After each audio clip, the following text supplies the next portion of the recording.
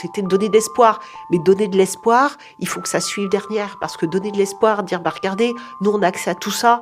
Et vous, on a essayé, mais on n'y est pas arrivé. Mais c'est horrible. C'est horrible. Autant ne pas venir, quoi. Hein. Je vous présente Nathalie, elle aussi membre de la mission humanitaire en Guinée-Conakry. Son rôle sur place, en tant que maman de 2 grands garçons vivant avec l'hémophilie, est d'aller à la rencontre des familles de patients. Je suis Charline de La Fontaine et vous écoutez Singularité, un podcast de la communauté Voix des patients qui donne la parole aux personnes vivant avec l'hémophilie, ainsi qu'à leurs proches et aux soignants qui les accompagnent. Dans ce 6e épisode de la saison 2, je vous propose de poursuivre sur la question des aides humanitaires à destination des pays émergents, avec cette fois le retour d'expérience de Nathalie.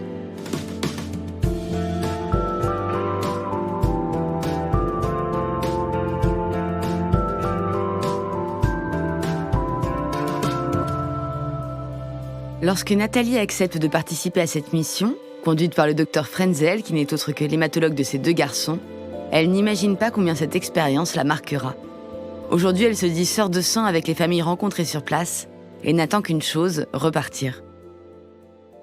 Je suis mariée, j'ai 3 enfants. Une grande fille et puis 2 garçons. Donc l'aîné des garçons qui a 25 ans et 21 ans en fait pour le plus jeune. Donc les 2 garçons sont atteints d'hémophilie A sévère, maladie qu'on a découvert il n'y avait pas de cas au préalable dans la famille et on l'a découvert avec mon aîné lorsqu'il avait tout juste 8-9 mois. Et après, on l'a découvert, c'est une maladie héréditaire et on avait une chance sur 2 pour que le second garçon soit hémophile. Et il est hémophile et il a grandi comme son frère avec la maladie depuis leur naissance. Et c'est lorsque finalement les 2 ont quitté le cocon familial pour aller faire des études supérieures. Ça a été aussi de concert avec un changement très important sur leur suivi de l'hémophilie qui leur a laissé aussi beaucoup plus de liberté. Donc c'était une conjoncture idéale. Donc les enfants quittant le nid, nouveau traitement qui leur donnait finalement beaucoup plus de latitude dans la gestion, moins d'accidents hémorragiques. Et puis je me suis dit, mais mince, avec toute cette expérience accumulée, bien évidemment, je ne me substitue pas au corps médical qui a toute la connaissance scientifique, mais on se dit que finalement en termes de maman, de patient, en discutant avec d'autres hémophiles et puis avec le corps médical, c'est vrai qu'on a une autre connaissance de la maladie qui est apprise sur le terrain.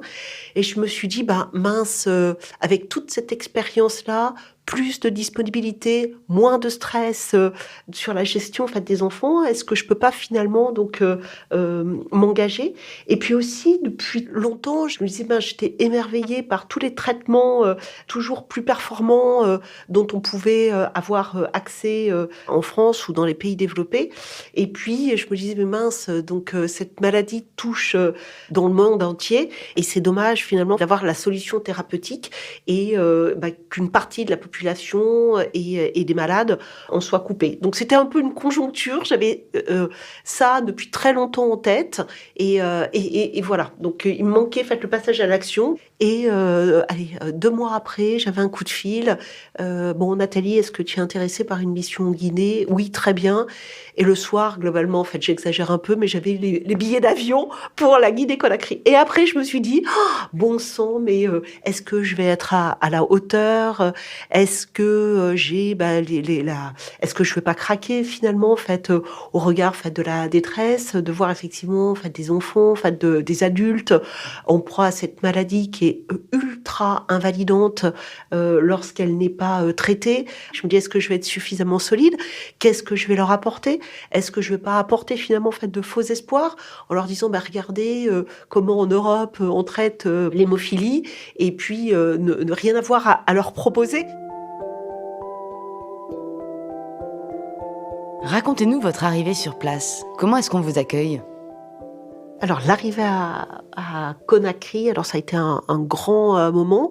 Ça a été déjà waouh. Donc on est attendu. Et là déjà on avait un niveau un peu d'angoisse. Est-ce qu'on va réussir? Et puis ça a été une pression supplémentaire avec le comité d'accueil. Et dit mince, ils mettent la barre super haute. Donc nous aussi, donc il faut qu'on soit à hauteur globalement de cet accueil extraordinaire et des exigences, forcément. Donc il y avait un engagement qui était ultra fort. Et il y avait eu l'organisation pour mobiliser tout le monde de la semaine de l'hémophilie donc à Conakry, et toutes les familles concernées, diagnostiquées, faites ou pas encore par l'hémophilie ou par des maladies de la coagulation. Tout le monde nous attendait dans une salle de la faculté de médecine. C'était donc beaucoup d'hommes, de femmes, à la fois des tissus très colorés, des habits du dimanche, donc tout le monde était hyper chic. Alors nous on se sentait hyper mal habillés, voilà, donc pas à la hauteur vestimentaire du comité d'accueil. Des femmes voilées également, puisque c'est un pays essentiellement musulman. Beaucoup d'enfants, donc très jeunes, de jeunes ados aussi, donc les plus grands avaient 14-15 ans, et puis plein de petits, de nourrissons, et puis la tranche d'âge allait des 2-9 ans, était hyper représentée. Donc tout de suite, on avait, alors pour les faire tenir sur des chaises, pour des premiers échanges sur la connaissance de la maladie, au bout d'une heure, c'était un peu compliqué. Et donc ça courait dans tous les sens, et heureusement on avait apporté des blocs de feuilles, des feutres, et on a sorti tout ça, et tous les enfants se sont mis donc à dessiner, et là ça a été un premier contact avec eux où le courant est passé. J'ai encore des dessins que j'ai ramenés, que je montre, que je garde, des œuvres d'art. Il y en avait certains, on a vraiment de superbes artistes, donc notamment un petit garçon là qui avait une capacité créatrice fantastique, un peintre en puissance. Donc tout le monde s'est mis à dessiner. Le contact s'est mis et super bien passé, parce que forcément les mamans venaient aussi également, les papas, tout le monde intervenait un peu sur la gestion des enfants.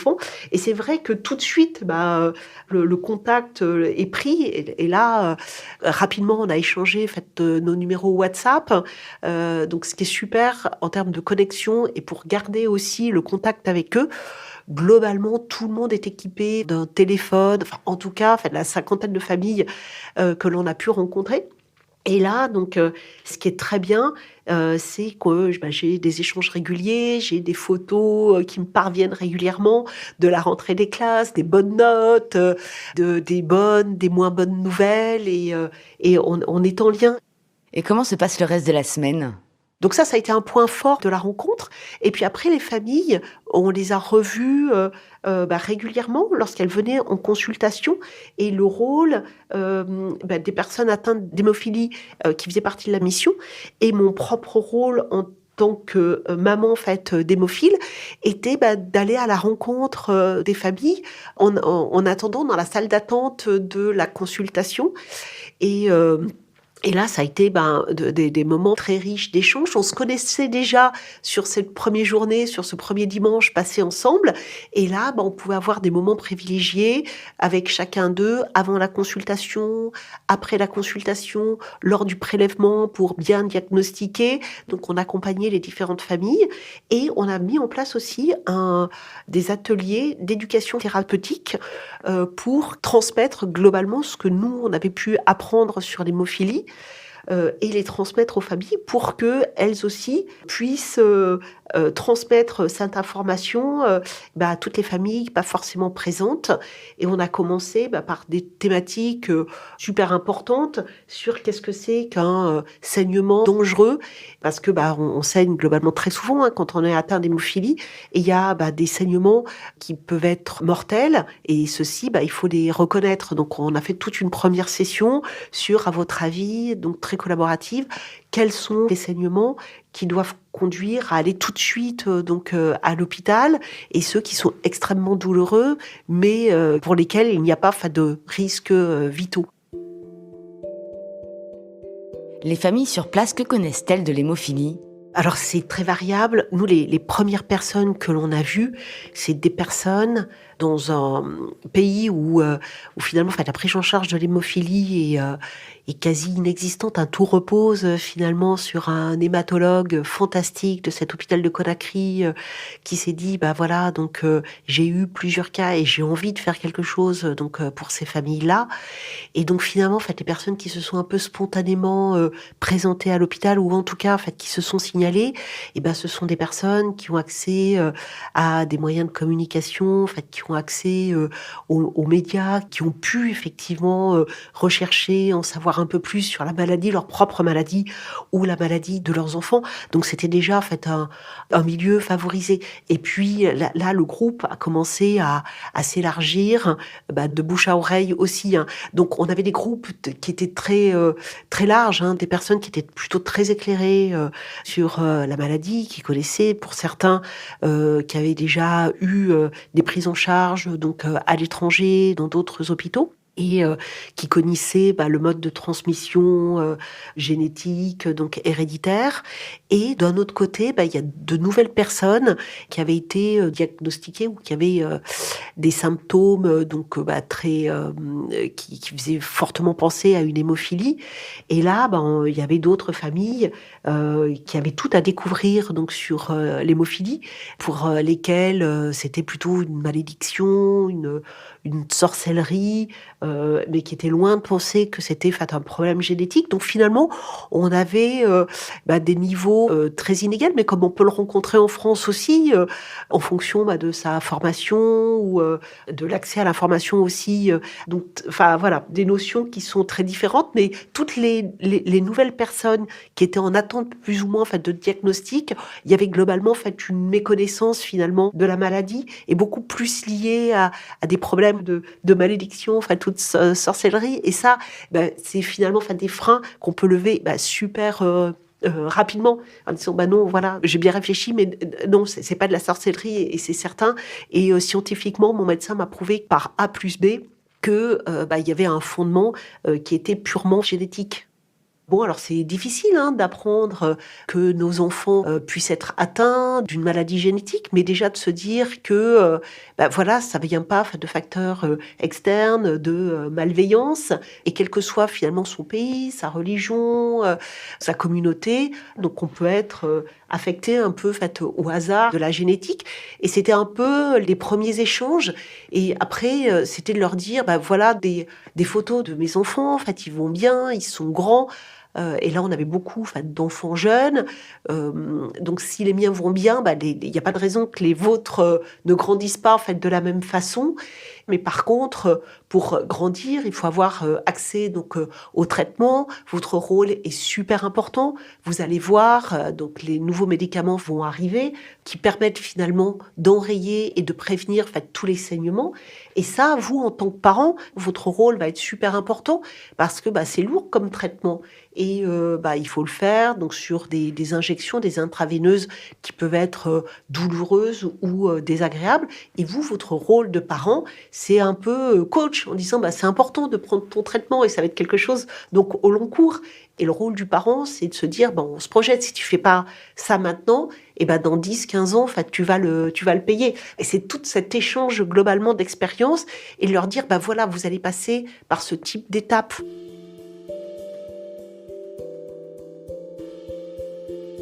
L'échange, avec les familles, c'est, plutôt un échange, d'expériences et on voit tout le bénéfice des traitements, qui arrivent et l'idée, c'est de leur dire: «Faites attention, préservez les articulations de vos enfants en attendant l'arrivée des traitements, qui peuvent venir dans 2, 3, 4, 6 mois». Donc finalement, les traitements, sont arrivés, avec un petit décalage, allez 3, 4 mois de plus que ce qui était prévu, mais ça y est, donc depuis le mois d'octobre, tout est en place, les familles peuvent en bénéficier. Mais c'était, préserver au maximum, éviter tout ce qui est, foot ou, sport un peu violent, et donc bien évidemment, faut mobiliser, les articulations, mais la façon, la plus douce possible. Donc tous ces échanges globalement, d'expériences, beaucoup de familles qui étaient, traumatisée aussi par la douleur des enfants, parce que sans traitement, c'est une maladie qui est très douloureuse. Et j'ai eu à vivre avec les enfants quelques hémarthroses et saignements dans les articulations que nous avons eu du mal à réguler. Et là, donc, c'est des douleurs terribles.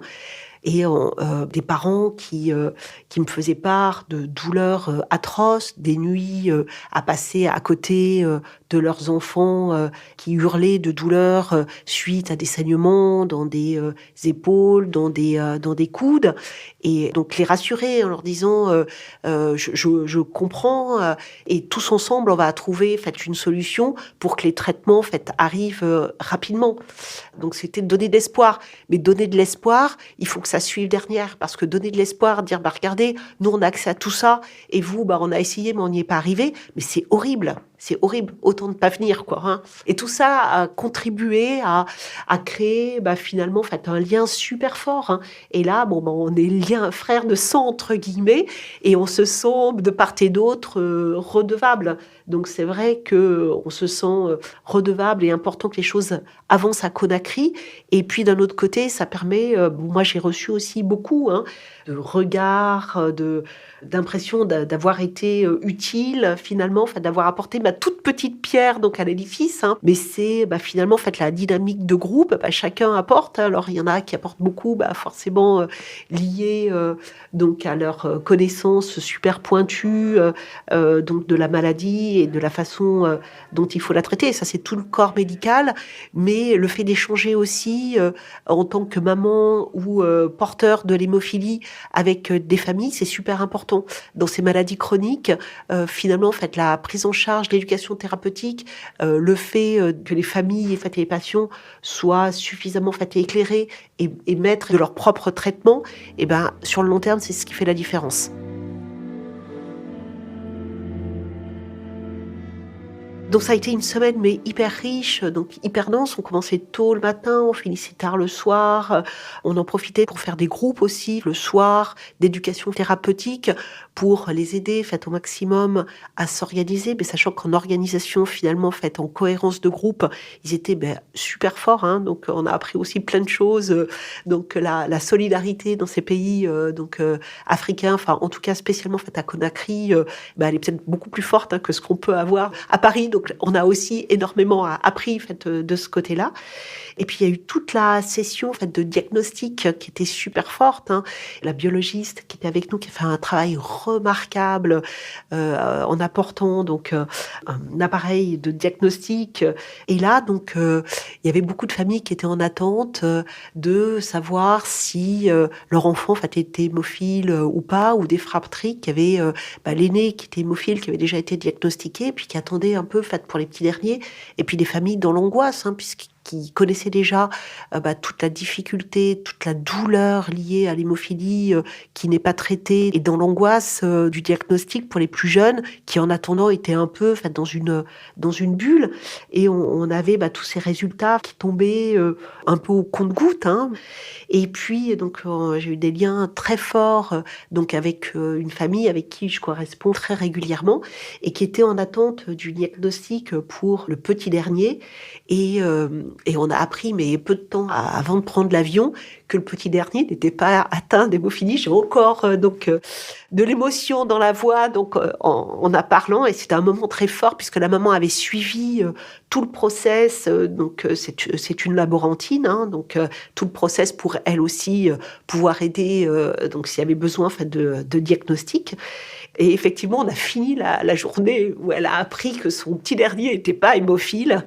Et là, donc, et j'en pleure encore, mais ça a été effectivement beaucoup d'émotions. Et voilà, on a été beaucoup à pleurer de joie, mais aussi de fatigue et tout ça. Donc ça s'est fini par des notes donc très, très fortes. Donc forcément, des enfants qui ont eu un diagnostic qui était moins favorable, mais avec la chance d'avoir des traitements qui allaient arriver, et puis aussi la joie de voir des familles pour lesquelles il y avait l'hémophilie était écartée, et des enfants qui allaient pouvoir mener une vie normale et sortir du petit cocon dans lequel ils avaient été plongés en attendant ce diagnostic. Non, très fort. Et puis au moment de reprendre l'avion, tout le monde nous a raccompagnés, donc c'était à nouveau des pleurs, et puis la volonté de planifier la prochaine mission le plus rapidement possible. Donc malheureusement, j'ai changé de poste, professionnellement, j'avais quelques engagements et j'ai pas pu y aller au mois d'octobre. C'était pas le bon moment, mais j'ai qu'une hâte, c'est en 2023 de planifier le prochain déplacement. Et ça, c'est un engagement. Ça peut pas être un engagement one shot, c'est un engagement sur le long cours. Pour l'instant, on a travaillé que sur Conakry, mais il y a toutes les régions hors capitale pour l'instant qui n'ont pas du tout été touchées. Donc on a 50 familles alors qu'on devrait avoir entre 1000 2000 familles. Il y a encore un nombre super important d'hémophiles ou de maladies de Willebrand à détecter sur place. Donc c'est forcément un engagement sur le long cours. Et on voit juste l'arrivée des premiers médicaments. Et c'est pour ça l'engagement doit être sur une période longue, à minima de 4 ans. Vos enfants, vous leur avez raconté cette expérience. J'imagine qu'ils doivent être particulièrement fiers de leur maman. Ils sont hyper emballés. Bon, là, pour l'instant, ils sont en études, ils sont à stage. Mais je pense que j'ai créé un certain nombre de vocations. Et je sais que si, lors d'un prochain déplacement, si l'un ou l'autre est disponible, mais je sais qu'ils ont super envie, l'un et l'autre, de faire partie de l'aventure, quoi. Ils sont super contents. Et puis, surtout, de voir de la mise en place des traitements maintenant en Guinée-Conakry. Donc ils ont suivi l'aventure au jour le jour par téléphone. Donc j'envoyais des petites photos, donc ils ont tout suivi, quoi. Bravo en tout cas. Merci beaucoup. Merci.